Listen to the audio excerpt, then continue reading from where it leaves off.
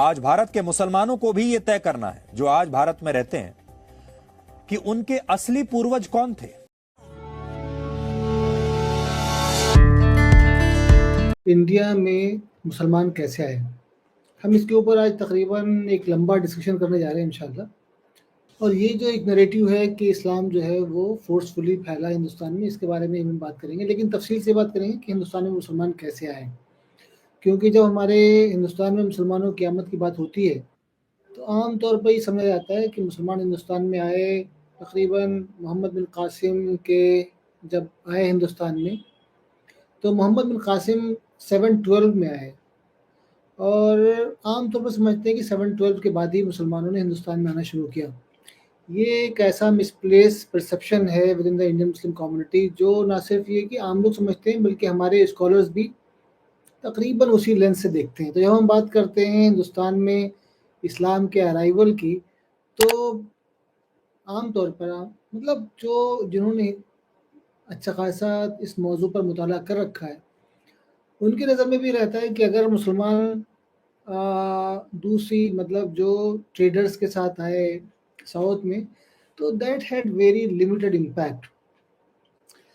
تو یہ بہت ہی مس پرسیوڈ نوشن ہے، اس میں کوئی سچائی نہیں ہے. سچ بات یہ تو یہ ہے کہ رسالت مآب صلی اللہ علیہ وسلم کے زمانے میں ہی مسلمانوں کی ایک بڑی تعداد ہندوستان میں مطلب they had started coming and sort of interacting. اور جب محمد بن قاسم ہندوستان میں آئے تو اس وقت مسلمانوں کی ایک بڑی تعداد تقریباً ہندوستان کے ہر ایریے میں تھی. When I'm talking about almost every region, I'm talking about the coastal region in south and also in Bengal. تو بنگال میں بھی مسلمانوں کی ایک بڑی تعداد اس زمانے میں تھی، اور جو کورومنڈل یعنی تمل ناڈو کا علاقہ جو ہے، پھر مالابار، کوکن کا علاقہ، گوا کا علاقہ، مہاراشٹر اور گجرات کا علاقہ. اور ایسا نہیں تھا کہ وہاں پر ایک یا دو مسلمان رہا کرتے ہوں گے، بڑی بڑی آبادیاں تھیں. اور جب ہم بات کرتے ہیں تقریباً 1000 AD کی، 1025-26 AD کی جب ہم بات کرتے ہیں، کیونکہ آج کل چل رہا ہے کہ سومناتھ کا ٹیمپل کے اوپر اٹیک کا چل رہا ہے آج کل معاملہ، آج کل بہت گفتگو میں ہے. پرائم منسٹر نریندر مودی بھی ابھی وہاں گئے تھے، انہوں نے 1000 سال کے بارے میں بات کی تھی، اور پورا ایک تھیٹرکس تھا. لیکن جب محمود غزنی نے اٹیک کیا تھا،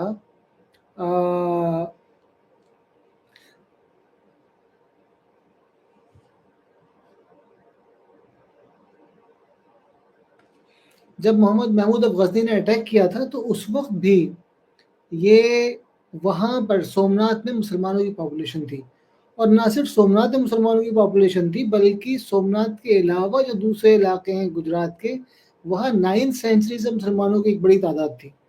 تو مطلب یہ بڑی عجیب و غریب ایک سمجھیے بدقسمتی ہے کہ ہم ہسٹری کو جو ہے جس لینس سے دیکھا ہم نے، جس انداز سے سمجھنا شروع کیا، وہ بہت ہی غلط چیز تھی.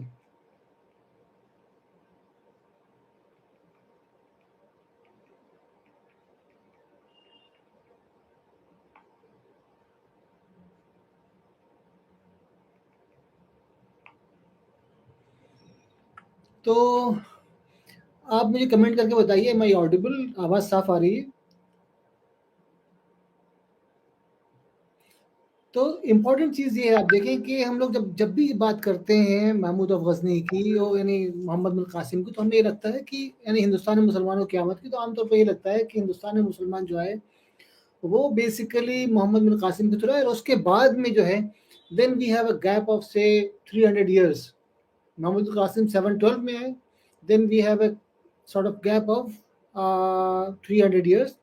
Then we have the entry of Mahmud of Ghazni in our history books. Then he goes back. And after that, we have another gap of close to 200 years or 165, 70 years. And then we have another sort of arrival of Muslim invader. تو ایسا لگتا ہے کہ مسلمان آئے، پھر مسلمان سو گئے، پھر دوبارہ ایک آیا، اور پھر اس کے بعد جو ہے وہ یعنی محمد آف غور کے زمانے سے 1296 یا 1280 میں جب اس نے اٹیک شروع کیا ہندوستان میں، تو اس کے بعد سے شروع ہوا یہ دوبارہ کہ ہندوستان میں مسلمان آئے. And they started actually they started actually settling down in India. So